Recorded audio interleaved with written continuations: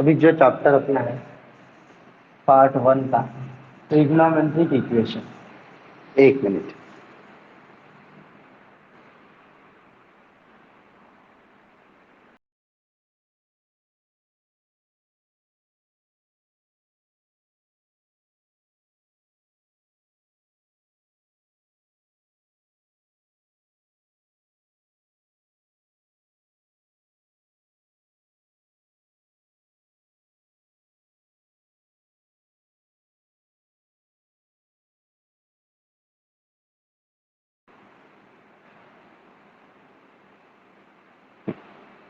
देख, चैप्टर का नाम है third chapter trigonometric equation. Chapter का नाम ट्रिग्नोमेट्रिक फंक्शन।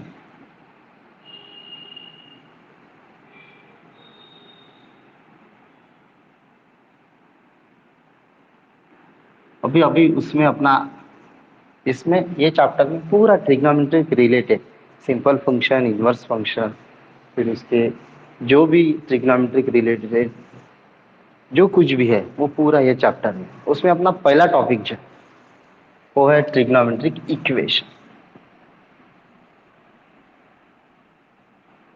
अभी ट्रिग्नोमेट्रिक इक्वेशन मतलब क्या? पहला टॉपिक है ट्रिग्नोमेट्रिक इक्वेशन। अभी देखो कैसा है। अगर x+5 इज इक्वल टू 0, पहले मैंने ये बोल दिया कि x+5 या फिर 3x² माइनस 7x प्लस, ये क्या है बोलो? x+5 क्या है? 3x² माइनस 7x प्लस क्या है? इसको क्या बोलते हैं अपन? ये x+5 ये क्या है? हाँ, ये है एक्सप्रेशन। जब तक इसमें इक्वल टू नहीं तब तक ये एक्सप्रेशन। अगर इसमें मैं इक्वल टू वाला साइन डाल दूं तो ये हो गया इक्वेशन। इक्वल टू 0 ही होना ऐसा जरूर नहीं, कुछ भी लिख सकते। तो अगर एक आधे एक्सप्रेशन में इक्वल टू वाला साइन डाल दिया तो ये बन गया इक्वेशन। अभी ये अपन एक सिंपल इक्वेशन लिख लेते हैं, x² प्लस 3x प्लस 2 और ये x+5 इक्वल टू 0। ये जो x+5 इक्वल टू 0 है ये इक्वेशन है। और ये इक्वेशन कौन सा वाला इक्वेशन है? क्या बोलते हैं ऐसे इक्वेशन को? x+5 equal to 0 x linear equation, एकदम बराबर। अगर एक आधे इक्वेशन की हाईएस्ट डिग्री 1 है, इक्वेशन की हाईएस्ट डिग्री 1 है, तो equation is known as an linear equation. Equation is known as an linear equation. और ऑलवेज जो लीनियर इक्वेशन रहता, जो लीनियर इक्वेशन है वो ऑलवेज स्ट्रेट लाइन रिप्रेजेंट करता है। हर एक लीनियर इक्वेशन अगर उसका अपन ग्राफ निकालेंगे तो वो स्ट्रेट लाइन रिप्रेजेंट करेगा। कोई भी इक्वेशन हो, उसकी अगर हाईएस्ट डिग्री 1 है तो लीनियर इक्वेशन। और वो इक्वेशन किस चीज का है? तो वो इक्वेशन ऑलवेज एक स्ट्रेट लाइन का रहेगा। अगर डिग्री 1 से ज्यादा है इक्वेशन की, 2, 3, 4, तो फिर उसमें अलग अलग है। जैसे कि यहाँ पे 2 है, ये क्वाड्रेटिक इक्वेशन। अगर दो वेरिएबल वाला इक्वेशन है और उसमें डिग्री 2 है तो फिर एक आधी कर्व है, या फिर दो लाइन का जॉइंट इक्वेशन है। तो वो बहुत सारी चीजें उसमें जब अपन स्ट्रेट लाइन पढ़ाएंगे तो आप बताओ 11 का स्ट्रेट लाइन। हाँ, 11 का स्ट्रेट लाइन हुआ है नहीं हुआ है? नहीं हुआ। तो अपना जब पेयर ऑफ स्ट्रेट लाइन पढ़ाएंगे अपन 12 का, तब 11 का स्ट्रेट लाइन थोड़ा सा बढ़ा दूंगा मैं, जो भी काम का है तो उसमें पढ़ाऊंगा कि इक्वेशन की डिग्री के ऊपर से कैसे चेक करना कि ये इक्वेशन क्या रिप्रेजेंट करे। लेकिन एक चीज हमेशा याद रखना, हर एक चीज का इक्वेशन जो मैं बात कर रहा हूँ तुम्हारे साथ वो भी इक्वेशन के फॉर्म में रिप्रेजेंट होता है। मैं जो तुम्हारे साथ बात कर रहा हूँ ये मेरी साउंड वेव निकल रही है, ये कंप्यूटर मतलब मोबाइल को समझ रही है, वो तुम्हारे पास जा रही है। जो जब ये प्रोसेस होती है मतलब मोबाइल में जा रही है, फिर मोबाइल से टावर पे जाएंगे, उधर से तुम्हारे पास आएंगे, ये procedure with in a second होती है। लेकिन जो प्रोसेस होती है ये साउंड वेव पे नहीं होती है, ये इक्वेशन पे होती है। और वो इक्वेशन अपन सबसे फेमस वाला है साइन एक्स। ये जो साइन एक्स है ना, साइन एक्स, ये ट्रिग्नोमेट्रिक फंक्शन यूज करके अपनी जो आवाज है, जो साउंड वेव है, अपन उसको रिप्रेजेंट कर। बाद में उसमें प्रोसीजर होती है, कंप्यूटर में रहो या फिर मोबाइल में रहो, बाद में वो फर्दर प्रोसीड होता है और बाद में उसकी डबल एंटी प्रोसेस होती है। मतलब मैंने जो आवाज निकाली वो साउंड वेव एनालॉग सिग्नल है, ये जाया मोबाइल में गया, मोबाइल में जाने के बाद उसको कुछ नहीं समझता हूँ, तो उसको पहले कन्वर्ट करते हैं और वो कन्वर्ट करता है तो बाद तो कन्वर्ट करने के पहले उसको कन्वर्ट करने के बाद एक इक्वेशन के फॉर्म में लिखते हैं। तो वो इक्वेशन के फॉर्म में जब लिखते हैं तो वहाँ पे मैथ्स आए और वो मैथमेटिकल फंक्शन जो साउंड वेव को रिप्रेजेंट करने वाला है मोस्ट ऑफ द टाइम अपनी साइन वेव है। बाद में उसको प्रोसेस करके जो भी प्रोसीजर होती होंगी वो उसमें होती है। तो हर एक चीज का इक्वेशन जो भी कुछ भी लिखते हैं अपन एक वेरिएबल कंटेनिंग वाला तो वो इक्वेशन है। अगर अगर ऐसा लिख दिया ये भी कोई ना कोई चीज का इक्वेशन है, तो ये किसका इक्वेशन है? तो इक्वेशन देख के कैसे चेक करना कि ये लाइन रिप्रेजेंट करेगा या फिर एक आधा लूप रिप्रेजेंट करेगा या फिर कर्व रिप्रेजेंट करेंगी, तो ये लाइन की इक्वेशन से अपन चेक कर सकते। तो ये अपन जब स्ट्रेट लाइन पढ़ाएंगे तब पढ़ाएंगे कि इक्वेशन देख के कैसा चेक करना कि ये इक्वेशन क्या रिप्रेजेंट करता है। लेकिन हर एक इक्वेशन कुछ ना कुछ रिप्रेजेंट जरूर करेगा, without that there is no meaning of that equation. तो कुछ ना कुछ मीनिंग रहता है इसका। अभी देखो, अगर एक आधे इक्वेशन की हाईएस्ट डिग्री 1 उसको बोलते हैं लीनियर इक्वेशन। एक वेरिएबल वाला हाईएस्ट डिग्री 2 है, एक ही वेरिएबल और हाईएस्ट डिग्री 2 है, तो इसको अपन बोलते हैं क्वाड्रेटिक इक्वेशन। अभी x plus five equal to zero अगर मैंने इसको सॉल्व किया तो इसमें से सॉल्व करने के बाद x equal to minus five ये मिल गया इसका सॉल्यूशन। अभी इसमें ये इक्वेशन में वेरिएबल है एक्स, इस ये इक्वेशन में भी वेरिएबल है एक्स। कोई भी इक्वेशन को सॉल्व करने के बाद अपने को क्या मिलता है? उसमें जो वेरिएबल है वो वेरिएबल की वैल्यू। कोई भी इक्वेशन को सॉल्व करने के बाद अपने को क्या मिलता है?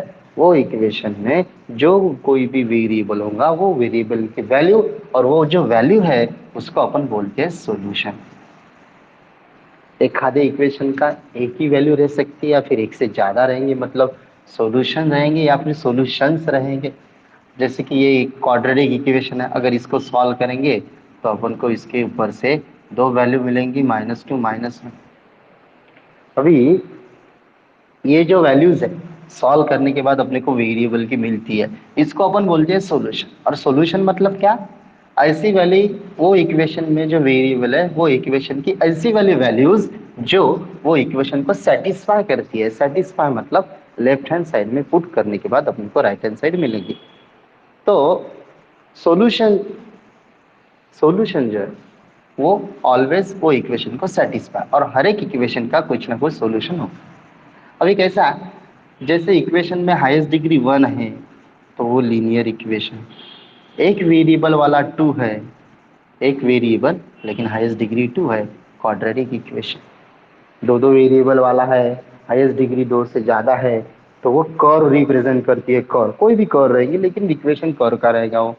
तो जैसे कि ये इक्वेशन के टाइप्स है, अगर एक आधी इक्वेशन में अगर एक आधी इक्वेशन में ट्रिग्नोमेट्रिक फंक्शन आ गया, एक आधे इक्वेशन में जैसे यहाँ पे वेरिएबल आया अपन ने उसकी डिग्री चेक की, अगर एक आधे इक्वेशन में ट्रिग्नोमेट्रिक फंक्शन जैसे कि अपने पास टोटल ट्रिग्नोमेट्रिक फंक्शन 6 फंक्शन है, sine cos tan cot sec cosec.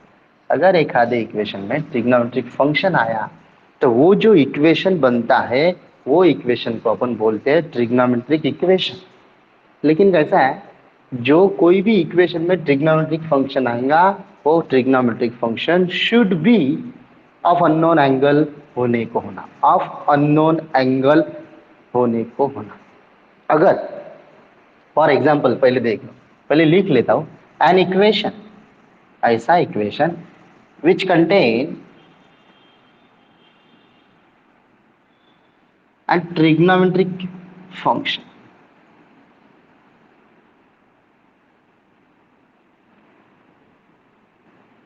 ये तो इंपॉर्टेंट है लेकिन सबसे इंपॉर्टेंट है of unknown angle.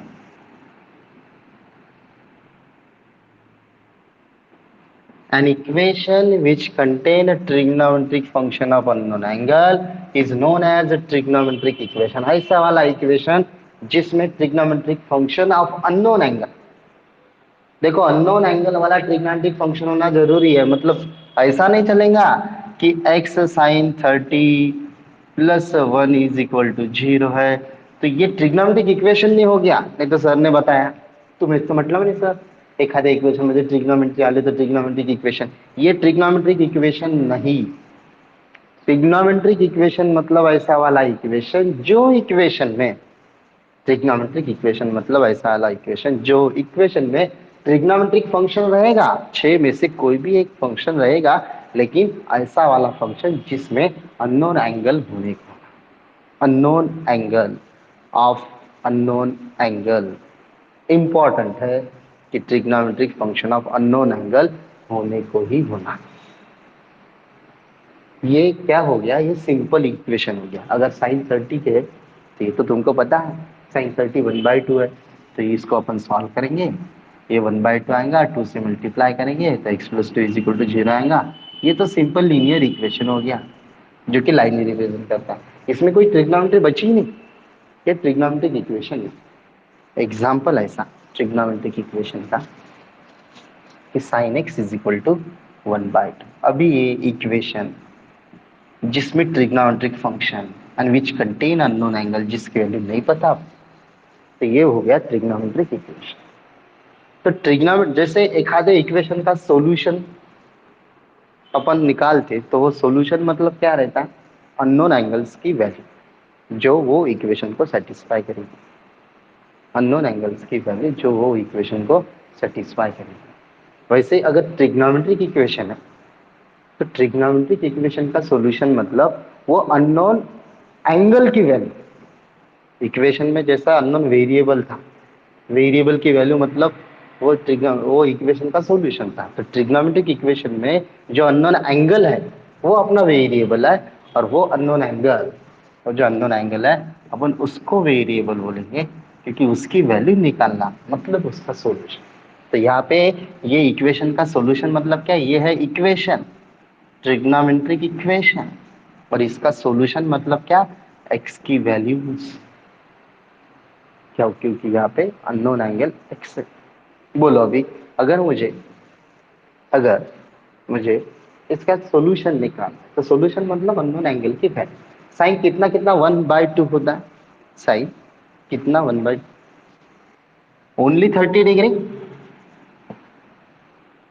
Sign 30 degree, only 30 degree.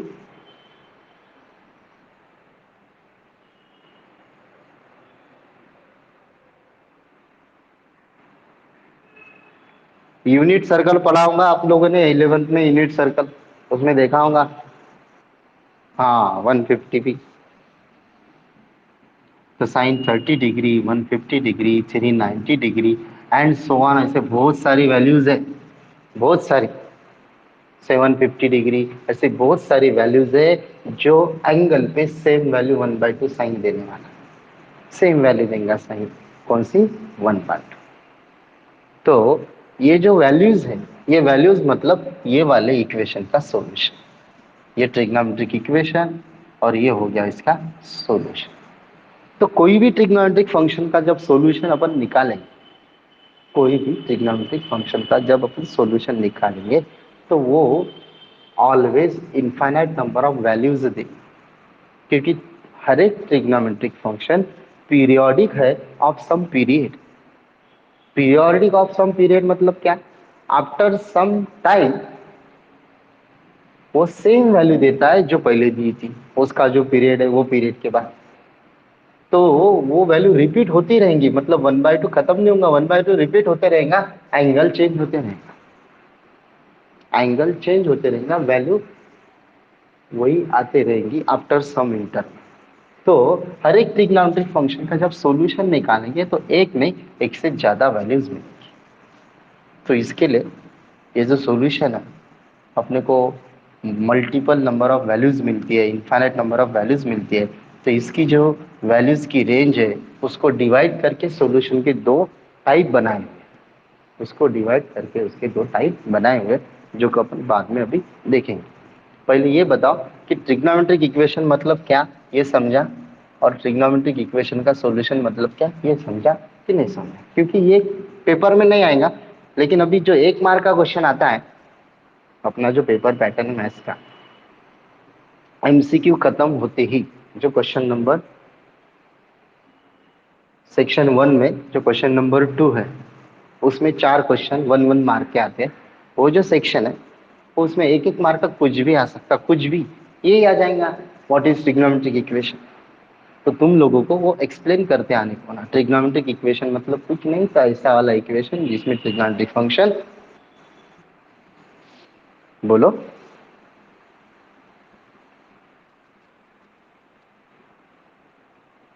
कहाँ से रिपीट होना?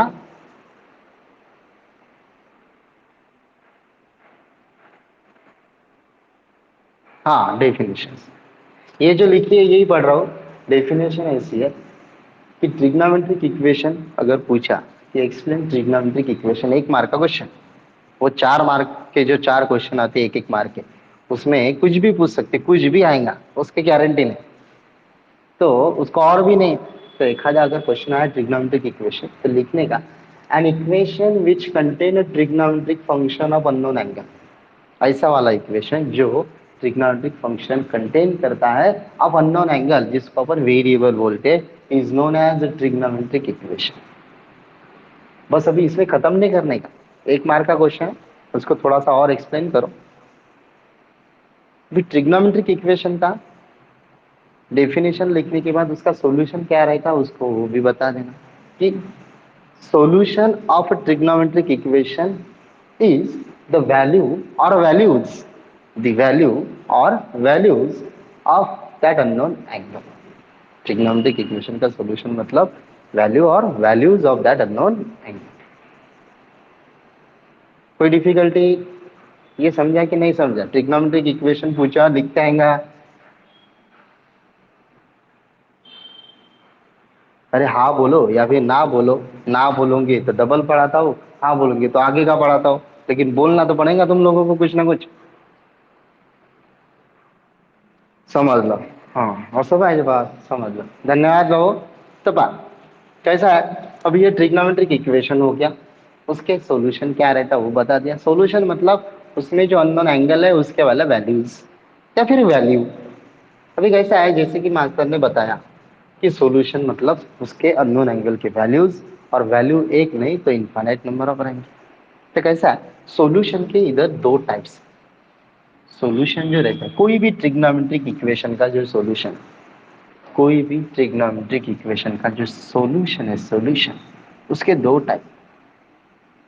फर्स्ट टाइप जो है जिसको अपन बोलते हैं प्रिंसिपल सॉल्यूशन, और दूसरा है जनरल सॉल्यूशन।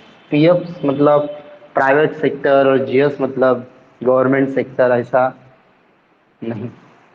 पीएस मतलब प्रिंसिपल सॉल्यूशन, प्रिंसिपल सॉल्यूशन। और जीएस ना मतलब जनरल सॉल्यूशन। पीएस म्हणजे प्रिंसिपल सोल्यूशन आहे, जीएस म्हणजे जनरल सोल्यूशन है। तभी जो अपने सॉल्यूशन की, सॉल्यूशन मतलब जो अपना अननोन एंगल था उसकी जो वैल्यूज है उसका भी इंटरवल में डिवाइड कर, अगर एक आधे ट्रिग्नोमेट्रिक इक्वेशन क्या प्रिंसिपल सॉल्यूशन होना, तो प्रिंसिपल सॉल्यूशन मतलब क्या, the values of unknown angle, the values of unknown angle which lies in the interval of 0 to 2 pi। अभी ये राउंड ब्रैकेट है और ये स्क्वायर ब्रैकेट। स्क्वायर मतलब 0 इंक्लूडिंग, 2 पाई एक्सक्लूडिंग। ये पता है तुम लोगों को स्क्वायर ब्रॅकेट और राउंड ब्रॅकेट का मीनिंग?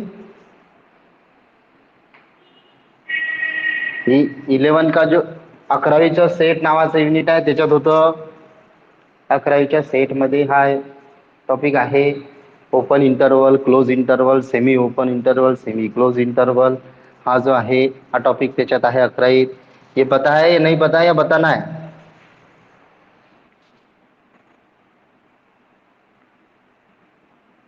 सेट्स नहीं हुआ? ठीक है, देख कैसा है,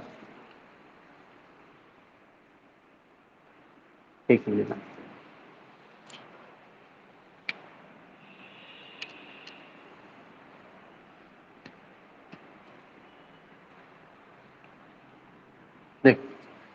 एक रहता है ओपन इंटरवल, एक है क्लोज इंटरवल। ओपन इंटरवल मतलब राउंड ब्रैकेट, क्लोज इंटरवल मतलब स्क्वायर ब्रैकेट। ओपन इंटरवल मतलब रहता है राउंड ब्रैकेट और क्लोज इंटरवल मतलब स्क्वायर ब्रैकेट। अगर एक आधा इंटरवल तुम लोगों को रिप्रेजेंट करना है एंड वो जो रेंज तुम रिप्रेजेंट करने वाले हो वो दोनों को तुम लोग को छोड़ के वैल्यू लिखना है, मतलब excluding that value, then at that time we use the open interval. But if अपने को जो वैल्यू अपन रेंज में लिखने वाले हैं वो दोनों वैल्यू को इंक्लूड करना है, तब अपन यूज करेंगे क्लोज इंटरवल। मतलब तुम लोगों को अगर मैं ऐसा बोलूं कि ये राउंड ब्रैकेट में मैं 1 to 7 लिखूं और स्क्वायर ब्रैकेट में 1, 7 लिखूं, तो डिफरेंस क्या है? ये अगर जब मैं 1, 7 राउंड में लिखता हूं तो इसका मीनिंग है इसमें 1, 7 नहीं आएंगे, सिर्फ 2, 3, 4, 5, 6 इतना ही आएगा। अगर मैं स्क्वायर ब्रैकेट में लिखता हूं तो उसका मतलब इंक्लूडिंग दैट 1, 2, 3, 4 ढीच क्या 6, 7, 1, 2, 3, 4, 5, 6, 7, ये इंक्लूड होना जब राउंड ब्रैकेट नहीं स्क्वायर है। अगर ये राउंड ब्रैकेट है तो वो एक्सक्लूड होगी। बस इतना सा ही डिफरेंस है। अभी ये ओपन इंटरवल, ये क्लोज इंटरवल। अभी एक रहता है सेमी क्लोज और सेमी ओपन। मतलब ऐसा कि इधर की वैल्यू नहीं आएंगी, इधर की वैल्यू आएंगी। सेमी क्लोज, सेमी ओपन मतलब ये इधर की वैल्यू और इधर की वैल्यू। मतलब अगर मैं ऐसा लिख लूं और इधर ऐसा लिख लूं, तो इसका मीनिंग क्या होगा? 1 नहीं आएगा, 7 आएगा। 1 नहीं आएगा, मतलब 2, 3, 4, 5, 6, 7। अगर मैं 1 स्क्वायर में लिखूं, 7 राउंड में लिखूं, तो इसका मतलब 1, 2, 3, 4, 5, 6, 7 नहीं आएगा। ये हो गया सेमी ओपन सेमी क्लोज। तो अपने को क्या लिखना था यहाँ पे कि ऐसे वाली वैल्यूज जो 0 to 360 के बीच में आती है, लेकिन इंक्लूडिंग 0 एक्सक्लूडिंग 2 पाई। और ये इंपॉर्टेंट है फ्रॉम एमसीक्यू और entrance point of view. MCQ और एंट्रेंस पॉइंट ऑफ व्यू बहुत ज्यादा इंपॉर्टेंट है, क्योंकि इसके ऊपर भी एमसीक्यू में क्वेश्चन आ जाता कि जो प्रिंसिपल सॉल्यूशन है अपने को सिर्फ ये याद है 0 to 360। ऐसा नहीं करने का, उसमें ये याद रखना कि 0 इंक्लूड है, 360 एक्सक्लूड है। 360 नहीं चलता, सिर्फ 0 चलेगा या फिर 360 से नीचे वाली वैल्यू, उससे ज्यादा वाली वैल्यू नहीं। पहले तो ये बता दो, ये समझा कि नहीं समझा?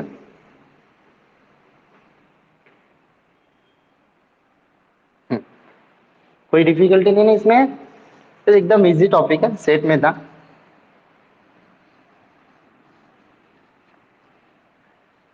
अभी सेट का काम अपने को जब अपन ट्रिग्नोमेट्रिक फंक्शन का इनवर्स पढ़ाएंगे तभी भी गिरेगा।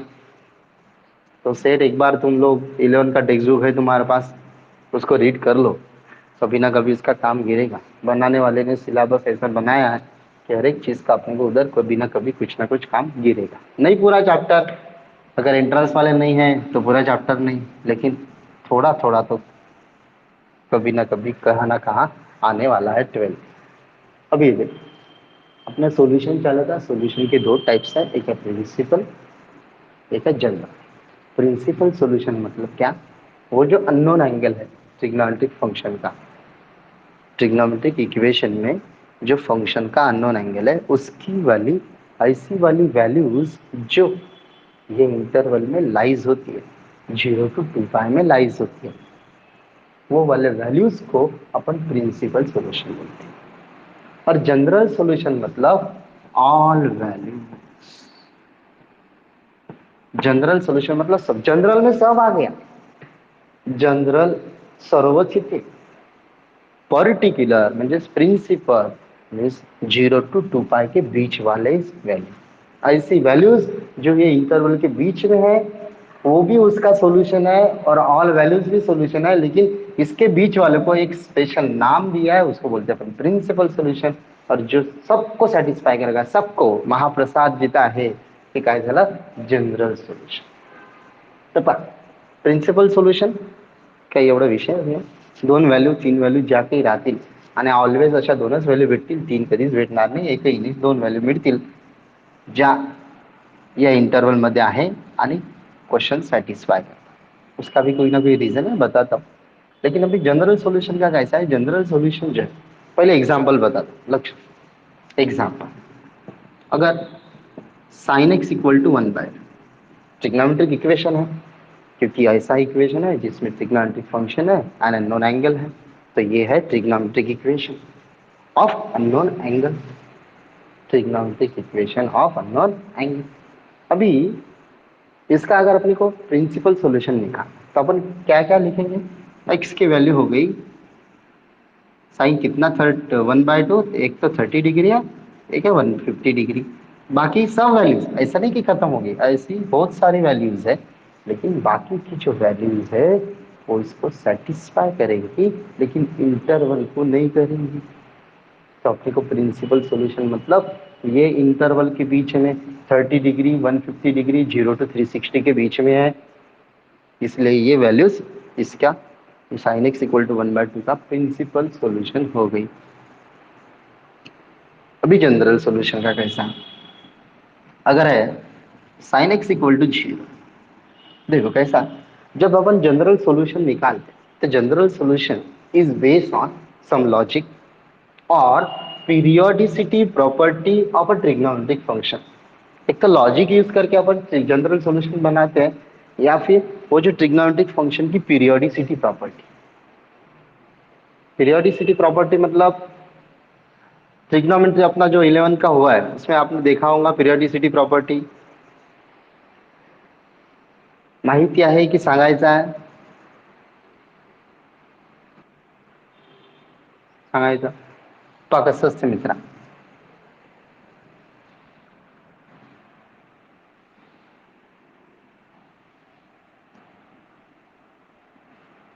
तुम्ही ग्राफ पाहिला असेल साइन एक्स, आपलं 11वीचे जेव्हा टेक्स्टबुक वाचलं असेल तुम्ही तर त्याच्यामध्ये साइन एक्स चा ग्राफ पाहिला असेल, साइन एक्स फंक्शन का ये ऐसा ग्राफ, टुनुनुनुनु, टुनुनुनुनु, चालू चालू चालू चालू चालू चालू, असं चालू चालू चालू चालू चालू, पाहिला कधी साइन एक्स चा ग्राफ, अरे पाहिला की नाही पाहिला, हा, असं तुम्ही इलेक्ट्रॉनिक सायन्स वाला कोणी असेल ना सीआरटी वर पण पाहिलं असेल, आहे की नाही, कोरोनाचा पेशंट असते त्याच्या बाजूला ते लागलं असते त्याच्यावर बी असं काहीतरी, पण त्याचे कमी जास्त जास्त नाही असेच नाही राहत, तर हे साईन वेव्ह आहे, जे लोक मॅथ्सले शिवाय देतात ना, आम्हाला काय काम म्हणते ह्या ट्रिग्नॉमेट्रीचं फालतूच दिलं म्हणते आम्हाला लावून, घेणं देणं काहीच नाही, अबे लय काम आहे। तो ये है साइन एक्स क्यूब, कैसा है देख, ये जो एक्स एक्सिस है इसके ऊपर, ये जो एक्स एक्सिस है इसके ऊपर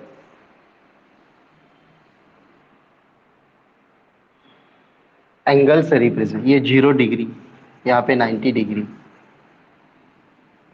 180 डिग्री, 270 डिग्री, 360 डिग्री, चालू है, ऐसा खत्म नहीं है, चालू चालू चालू चालू। और साइन जो है, साइन एक्स की रेंज क्या रहती है, साइन एक्स की रेंज,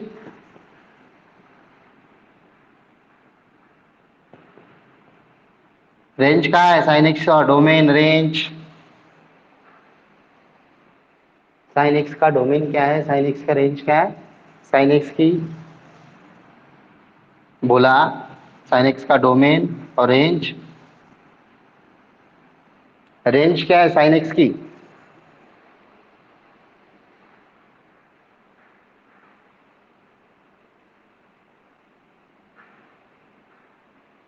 रेंज नहीं पता साइन एक्स की,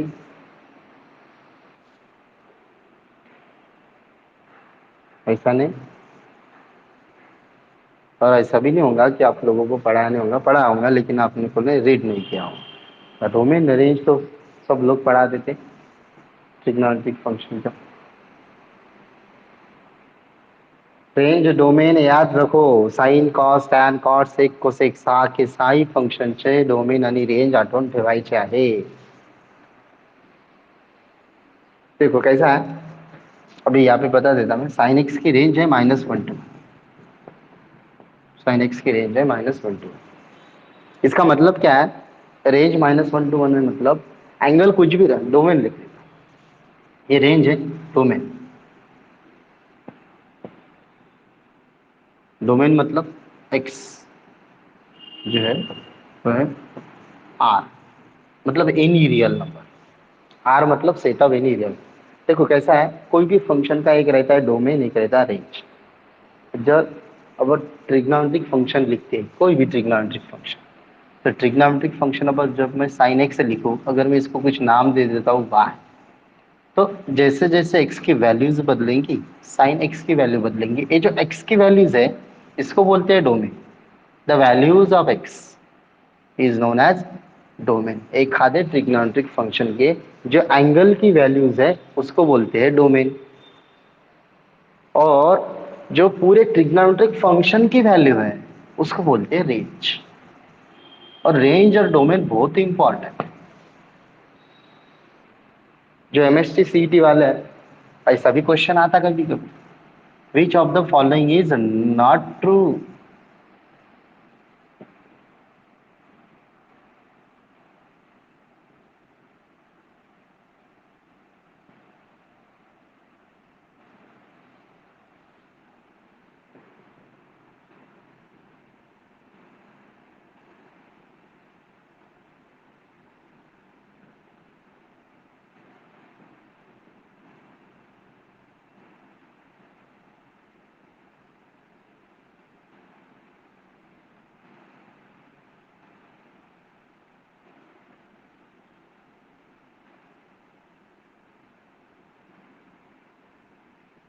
क्वेश्चन ऐसा है कि which of the following is not true, 2 mark का क्वेश्चन।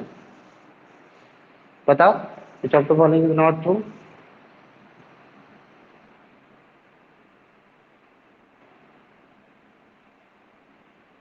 देखो कैसा है, हर एक ट्रिग्नोमेट्रिक फंक्शन का एक है डोमेन, एक है रेंज। डोमेन मतलब एक्स की वैल्यू, रेंज मतलब पूरे ट्रिग्नोमेट्रिक फंक्शन की वैल्यू।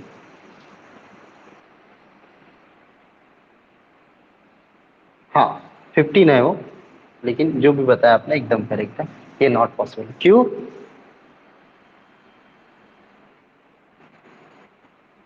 हाँ, 12।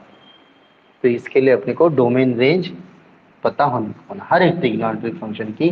जो ट्रिग्नोमेट्रिक फंक्शन साइन है, उसकी रेंज -1 to 1 है। इसका मतलब है कि एंगल कुछ भी रहो, ये फिक्स है कि 1 से ज्यादा जाएगा नहीं और -1 से कम आएगा।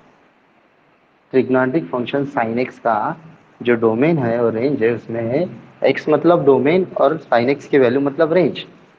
तो जो पूरा फंक्शन है, उसमें साइन एक्स की वैल्यू रेंज है। इसका मतलब साइन का एंगल कुछ भी पुट करो, लेकिन पूरे साइन की वैल्यू 1 से कभी ज्यादा नहीं जाएंगे, -1 से कम नहीं आएंगे। इसके लिए अपन जब उसका ग्राफ निकालते हैं, तो ये 1 है और ये -1। ये बढ़ेगा बढ़ेगा 1 तक जाएगा, और कब 1 आता है? 90 डिग्री पे, इसलिए साइन 90 1 हो गया। डबल से फिर वो कम होता है 180 डिग्री पे 0 आता है साइन, इसलिए यहाँ पे 0 आ गया। फिर डबल से वो सेकंड क्वार्टर में जा रहा, तो निगेटिव में, सेकंड में निगेटिव, यहाँ तक सेकंड है 270 तक। बाद में भी निगेटिव है, लेकिन वो फोर्थ में, तो से थर्ड और फोर्थ, थर्ड क्वाड्रेंट और फोर्थ क्वाड्रेंट दोनों में निगेटिव है, इसलिए ये माइनस रहेगा। डबल 360 पे 0, और ये डबल ऐसे चलते रहे।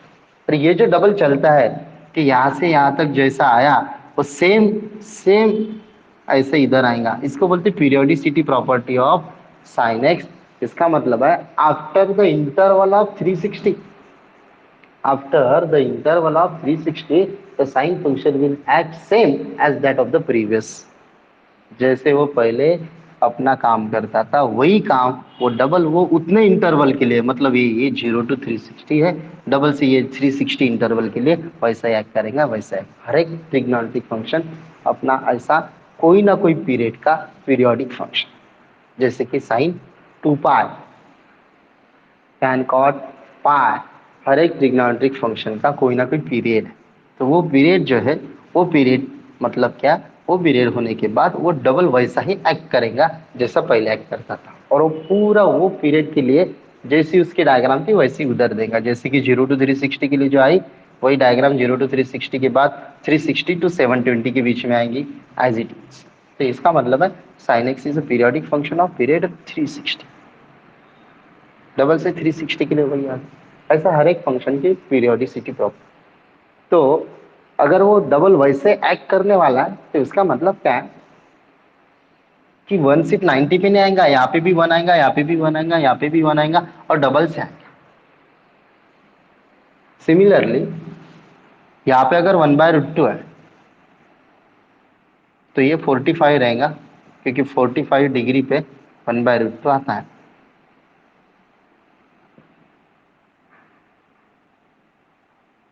तो 45 डिग्री पे 1/√2 आता है, तो ये जो है 45 डिग्री पे 1/√2।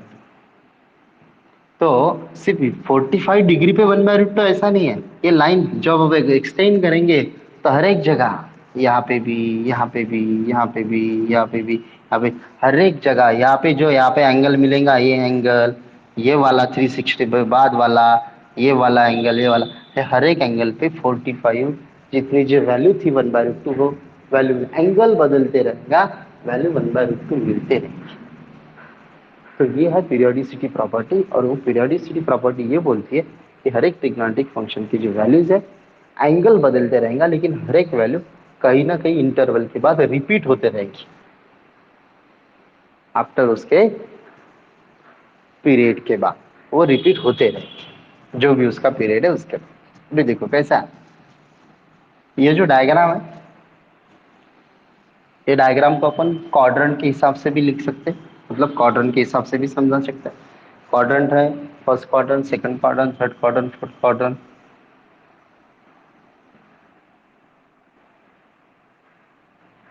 बोलो, sine x function first quadrant में कैसा फंक्शन है, इंक्रीजिंग फंक्शन है या डिक्रीजिंग फंक्शन है?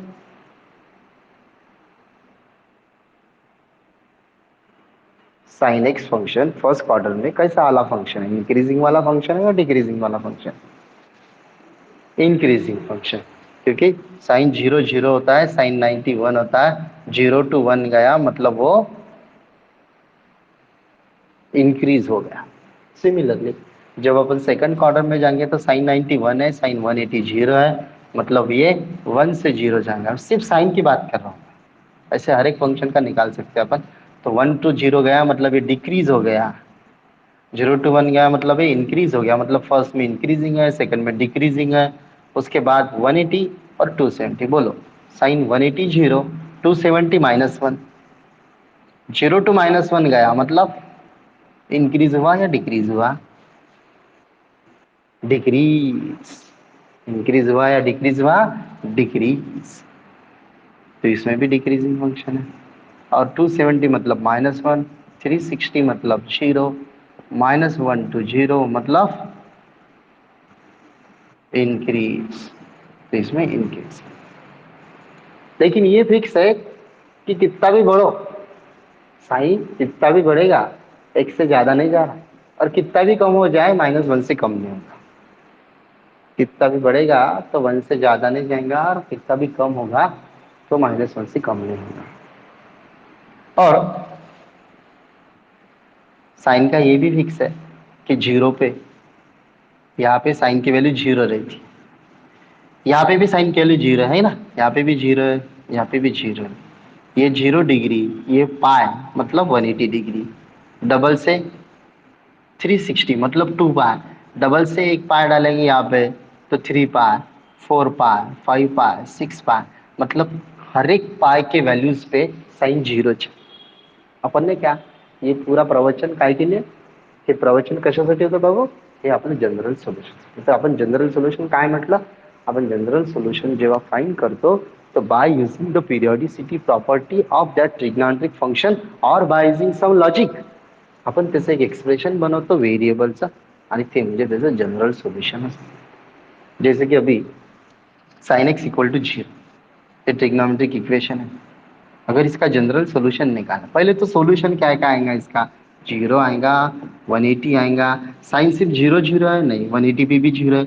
जैसे कि अपन ने बोला हर एक यहाँ पे भी 0, यहाँ पे 0 पाए, यहाँ पे 1 पाए, डबल से ये 2 पाए, 3 पाए, 4 पाए, 5 पाए, 6 पाए चलते रहेगा, मतलब 2 पाए, थ्री पाय, फोर पाय, दिवसभर पाय. काय भाऊ, दिवसभर पाय. ह्या सर्व पायवर साइनची व्हॅल्यू झिरो राहील. अभी ये जो है हो गया, ये वैल्यूज जो है इन्फानाइट वैल्यूज है, पूरे लिख नहीं सकते. तो जनरल सॉल्यूशन क्या बोलता है, वो जो तुम्हारे सॉल्यूशन है, वो जो तुम्हारे वैल्यूज है, उसको बाइजिंग सम फॉर्मूला लिख दो बा. उसको बाइजिंग सम फॉर्मूला लिख के दो बा. और जो लिखेंगे अपन बाइजिंग सम फॉर्मूला, लॉजिक या फिर पीरियोडिसिटी प्रॉपर्टी, उसको बोलते हैं उसका जनरल सॉल्यूशन. तो जैसे कि यहाँ पे इसको मैं लॉजिक यूज करके इसको लॉजिक यूज करके मैं ऐसा लिख सकता कि x is equal to n pi where n belongs to z. इसका मतलब है कोई भी इंटीजर मल्टीपल ऑफ पाई रहेगा, कोई भी इंटीजर मल्टीपल ऑफ पाई, मतलब 0 पाई, 1 पाई, 2 पाई, 3 पाई, 4 पाई, 5 पाई, निगेटिव पाई भी चलेगा. क्योंकि मैं अगर ये ऐसा ऐसा ऐसा ऐसा ऐसा भी कशी काढली होती आपण पहिले, एंटी क्लॉकवाइज. अगर ये एंटी क्लॉकवाइज है तो पॉजिटिव. अगर मैं उसको क्लॉकवाइज लेके जाऊ, खरं खरं जलबी बाई काढली आपण क्लॉकवाइज, तर ते निगेटिव्ह येणार. पण 180 है, ये 0 0 है, 180 है. इधर से भी जाएंगे तो 180 इधर आएगा, लेकिन मैं इसको क्या बोलूंगा, इसको ये इंटरवल को 180 नहीं, -180. इसको क्या बोलूंगा मैं, -360. इसको डबल से इसको डबल से -720. ये ऐसा जब घूमेगा क्लॉकवाइज तब निगेटिव. इसलिए ऐसा नहीं कि पॉजिटिव पाई के मल्टीपल ही साइन जीरो निगेटिव भी है. इसलिए अपन ने क्या लिखा, ये सबको फॉर्मुलेट कर दिया बाइजिंग लॉजिक कि n pi where n belongs to z, मतलब कोई भी integer multiple of pi sine की वैल्यू जीरो रहती है. तो ये जो हो गया, इसको बोलते हैं इसका जनरल सोल्यूशन. तो जनरल सोल्यूशन ऑल वैल्यूज को सेटिस्फाई करने वाला रहता है. और अपन कैसे बनाते हैं उसको, बाइजिंग सम लॉजिक और पीरियोडिसिटी प्रॉपर्टीज. प्रिन्सिपल सोल्यूशन एकदम गरिबी गरिबी काम आहे. 0 to 360च्या मधात जे कोणते भामटे भेटले ते म्हणजे प्रिन्सिपल सोल्यूशन. प्रिन्सिपल सोल्यूशन नाही, 360 इन्क्लूड नाही करायचं. 360 सोडून, म्हणजे बालिकेत जर तुला असं म्हटलं की साइन एक्स इक्वल टू झिरोचं जनरल सोल्युशन नाही, प्रिन्सिपल पाहिजे असतंय बा. याचं जर प्रिन्सिपल सोल्यूशन पाहिजे असतं, अगर sine x equal to zero का प्रिंसिपल सोल्यूशन हो ना, तो साइन जीरो रहता था, 180 रहता था, लेकिन 2 पाई नहीं रहता था, क्योंकि 2 पाई इंक्लूड नहीं कर सकते. समझलं की नाही बालिक. तो 2 पाई नहीं, फक्त 0 पाई. और किसी को कुछ डिफिकल्टी?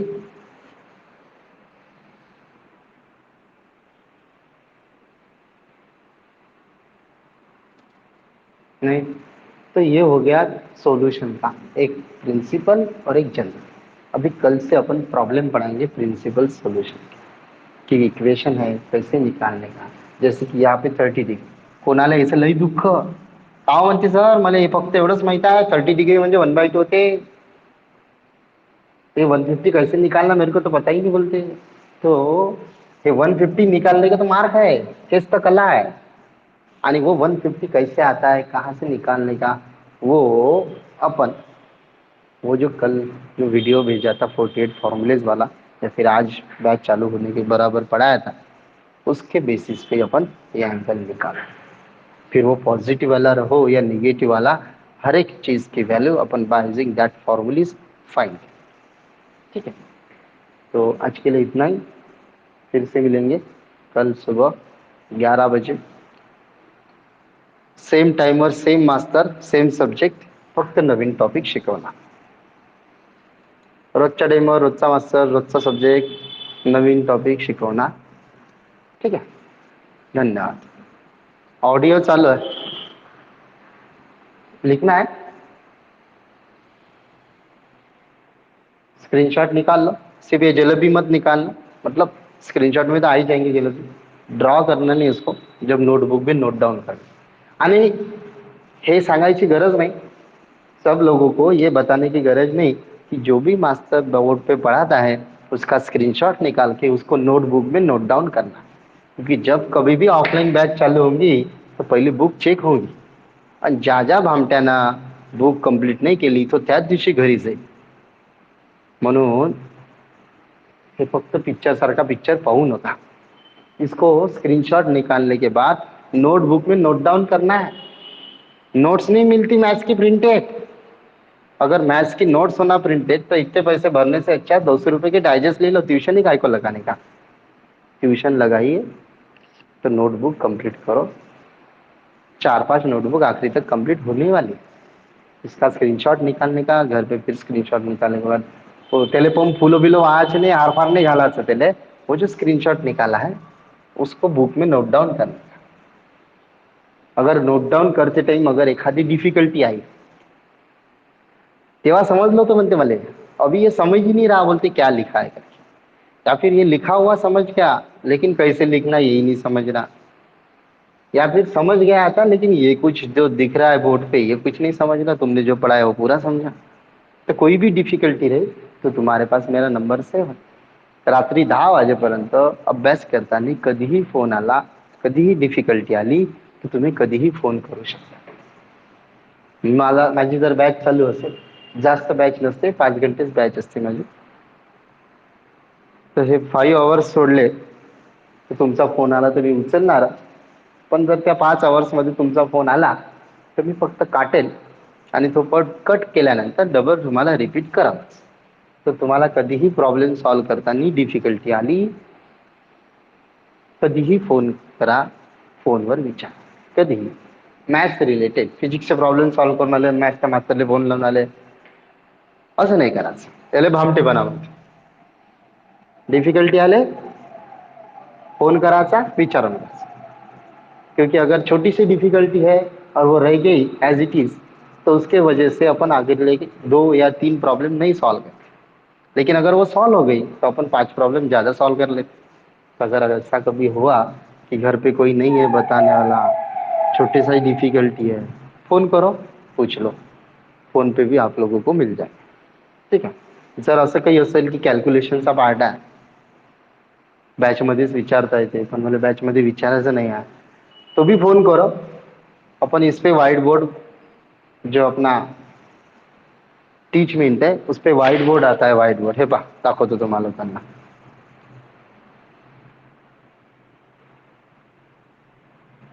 ये ऐसा व्हाइट बोर्ड कुछ भी लिख सकते अपन इसमें वैसे. फिर इसके लिए वीडियो पे कोई काम नहीं दिख रहा है ना.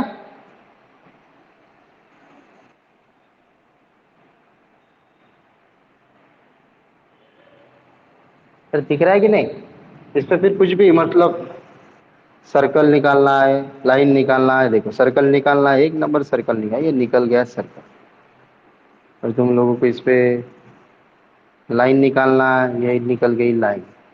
तो जो भी डिफिकल्टी रहेगी अगर एक आधे को 8 बजे डिफिकल्टी आ गई शाम को या फिर कभी भी डिफिकल्टी आई तो बोर्ड पे तो नहीं रहेगा. लेकिन ये बोर्ड है अपने पास व्हाइट बोर्ड. इस पे मैं तुम्हारी डिफिकल्टी सॉल्व करके दे सकता हूँ अगर कैलकुलेटेड रिलेटेड डिफिकल्टी है. ठीक है. तो ऐसा नहीं जरूरी कि 12 का ही 11 का मैथ्स लो 12 करो इंजीनियरिंग करो. अगर आपको डिफिकल्टी है तो फोन करके पूछ सकते. लेकिन मैथ्स का तर आजच्यासाठी खूप झालं. धन्यवाद. ऑडियो चालू है, वीडियो बंद हो गया. किसी को कुछ पूछना है पूछ सकता है या फिर लेफ्ट हो सकता है. किसी को अगर पूछना नहीं है कुछ तर लेफ्ट हो जाओ. तो काय म्हणते मला हे ऐकायचं आहे. भामट्या तो काय म्हणते हे ऐकायला थांबला का. नाही काही विचारायचं तर लेफ्ट होऊन जा. तुला काही विचारायचं तर विचारून घे. अगर किसी को कुछ नहीं पूछना लेफ्ट हो सकते हो. हाँ बोल. बोल ना भाई.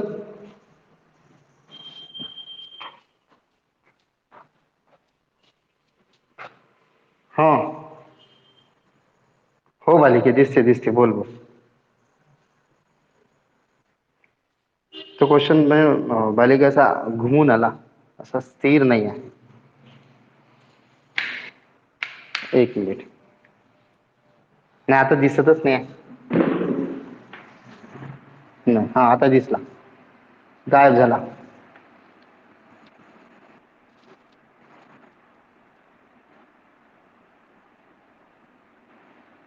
तो क्वेश्चन डबल गायब झाला.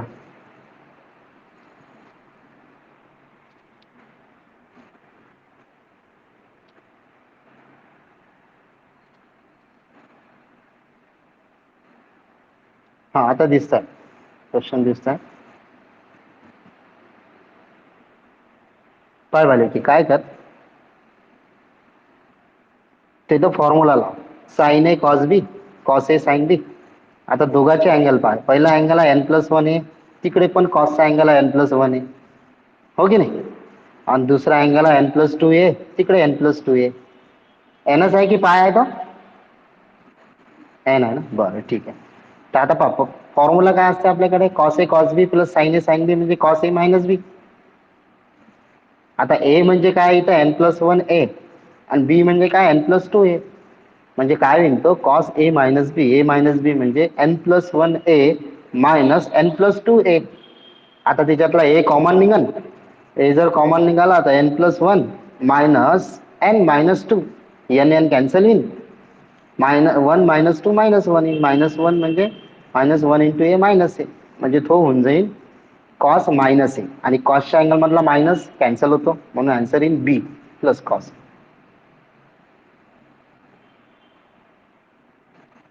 समजला की बोर्डवर सांगू, व्हाईट बोर्ड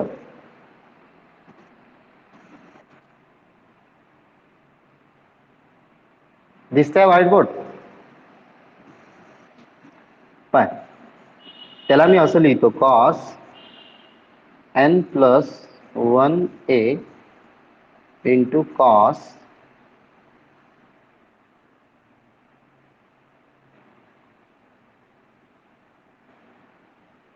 n+2 ए प्लस, असं जाईल ते प्रॉब्लेम. साइन, पहिले मी कॉस वाला लिहिला, मग साइन वाला लिहायचा, बाकी काही नाही. प्लस आहे ना, 2+3 पण 5 होतो, 3+2 पण 5 होतो.